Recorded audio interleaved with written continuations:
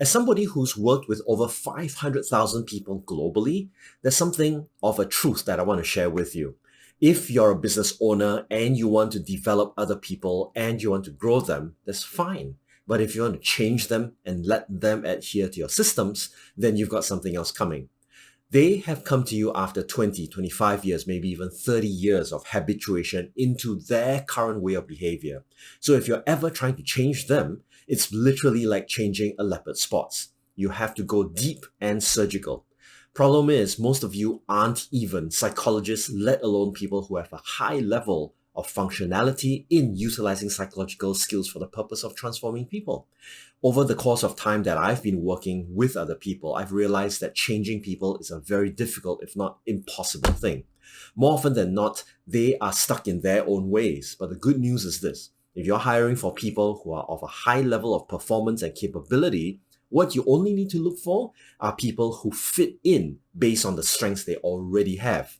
Because it's taken 20, 25 years for them to develop these capabilities. Now, if you've ever read the book Outliers, you know for a fact that people actually do develop their zone of genius over a span of maybe 5 to 6,000 hours in their early years. What this means is that through a span of about 3 to 5 years of very, very concerted, focused effort, there's a cumulative effect to people's capabilities, strengths, and competencies. So what you need to do is to recognize that there are some people who play at the work that you have to work hard at. So how do you find these people? It's literally through a proper hiring process. If you hire the correct people, you're going to be able to make life so much easier for you. But if you are unable to find these people, you're going to make life really, really difficult. You see, a long time ago, I used to believe that hiring people at ground zero and starting to shape and mold them was the easiest way. Why? Because maybe they're more pliable, they're newer, they're younger, they have an empty vessel up there. And the problem is, when you have an empty vessel, you have to be the one spending time to fill up that vessel. And there's no guarantee that they're going to like it either. If people don't have any idea what they want, chances are you are going to have to bear the cost of them spending time to find out. So in the short run, it's not very viable. However, what you do want to do is to be mindful that as you resonate with the correct kind of mindset towards hiring people, you're going to find people whom you can have conversations with and open up their mind about it. Recruitment of new hires and talent is not a difficult thing. As a business owner, you have to do it anyway. However, it doesn't mean you can't have fun with it. So see who you resonate with, see whom you admire and respect, because to a great extent, the things that people do that you have no respect for are people that you probably wouldn't want or need in the first place.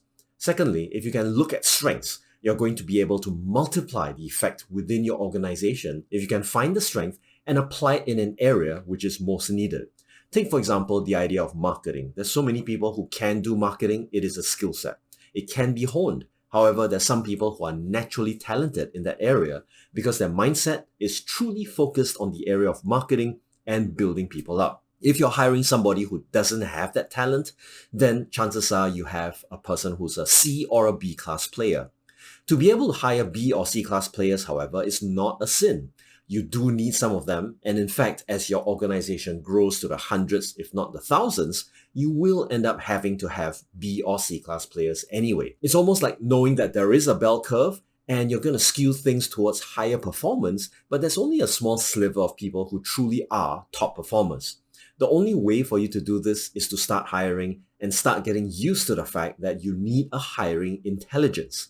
You need to be able to not only bring on board people, you also need to reduce the mistakes of bringing on the wrong people. Now, will this be foolproof 100% of the time? Well, it really depends on how long you take to hire these people. If you've known somebody for the last 20 years and you know what their skills and talents are, and you have a lens on these people, chances are you're going to make less of a mistake. It's just a question of how you're going to motivate them to join you. The problem is, if you have just started out, you're probably going to think that hiring is an easy thing, that you're just going to take a couple of weeks, run through a bunch of interviews, get these people, and then put these number of people into your organization and expect them to work like clockwork. It doesn't work like that. You need to ensure that you've got a proper system that enables these people to work well together with you. Not only that, as you groom and build them, you're also going to establish a relatively strong relationship. And over a period of time, you're also going to see new weaknesses sprout out. It's nothing new. If you've gotten married, you know exactly what I'm talking about. First, you fall in love. That's a massive shift in terms of your perspective because this person now seems like the world to you. And then after a period of time, because you're spending more time together and you're getting into other kinds of situations that you never expected before, you're going to start realizing that this person has got certain flaws and limitations. Once you see this, the moment you start complaining about it, you're going to end up with a little bit of a problem that's known as resentment. All of this resentment, criticism, a sense of contempt for your partner is going to create a lot more problems down the line. Likewise, the moment you see that somebody has got flaws and wish that they weren't like that, you're making the fundamental mistake. Truth of the matter is, people have flaws because they are applying strengths. And when they apply strengths in the wrong context or they're applying strengths without the right level of competency, then that's a good opportunity to either use your leadership to steer them towards the correct context of use or to help to develop them as a coach. But most entrepreneurs are also not well trained as coaches. On top of that, you're also going to need to do one thing, which is learn to support the people that you chose to hire. You see, there's this particular situation where one of my clients got into an altercation with one of their customers. Now, problem is not about the customer or the client. The problem is the perspective that you held when you had that altercation. For instance, this particular client of mine was about to punish their most valued employee simply because this most valued employee ended up doing certain things in a way that rubbed their client the wrong way. Now, what gives? If this person had been the most valued employee, how did this happen? All I can say is that it's a confluence of many unfortunate series of events.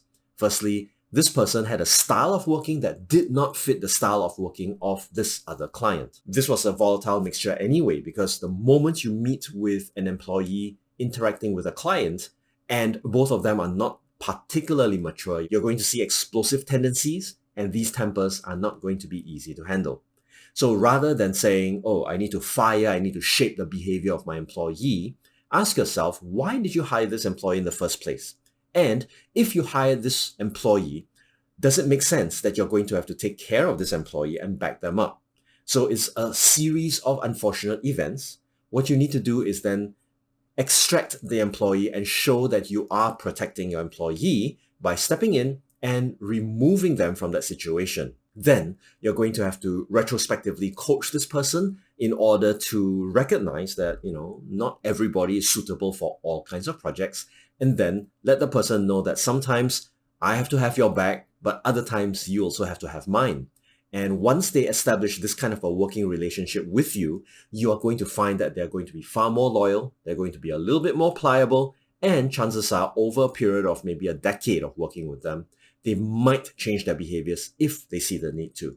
At the end of the day, everybody has got a certain scaffold of neurology. Neurology is a series of actions and reactions within your brain that solidify over a period of time and as a result create consistent behaviors for you as a human being. If you are inconsistent, you will end up doing all sorts of different things all over the place, and that's not necessarily going to be very helpful.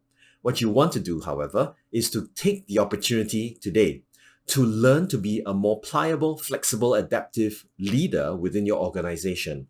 Understand that people have developed their strengths and talents over decades, way before you even met them. So for you to even reverse that, change that, or shape that is a tall order. Instead, find the right people, find the right capabilities, fit them within the context that might be suitable for them, test, measure, and then have deep conversations so that you and your employees can think deeply together. This way, you can forge a bond, forge a connection, and establish an expectation that if you're good at doing this, you're probably going to be really good at doing it if you hone your skills and capabilities even further. However, if you try to fit a square peg into a round hole, you know what's going to be coming. A lot of frustration, a lot of anger, and probably people are going to leave you. So I'm going to leave it at that. If you found that this was useful, I'd highly recommend that you join us for regular gatherings related to your performance within your organization. This way, all of your team management challenges, whatever level of performance that you think your people are at, there's probably a much, much higher level of performance that you can bring your people to. All you need is to be able to learn the frame of performance management so that you'll be able to take your team to the next level. At the end of the day, building a solid foundation for a team is the responsibility of a good CEO. On top of that, you will need a strong team in order for you to take a step back and to be able to do more important things within your business or to start new businesses that create greater impact in line with your vision. So I hope this has been helpful for you.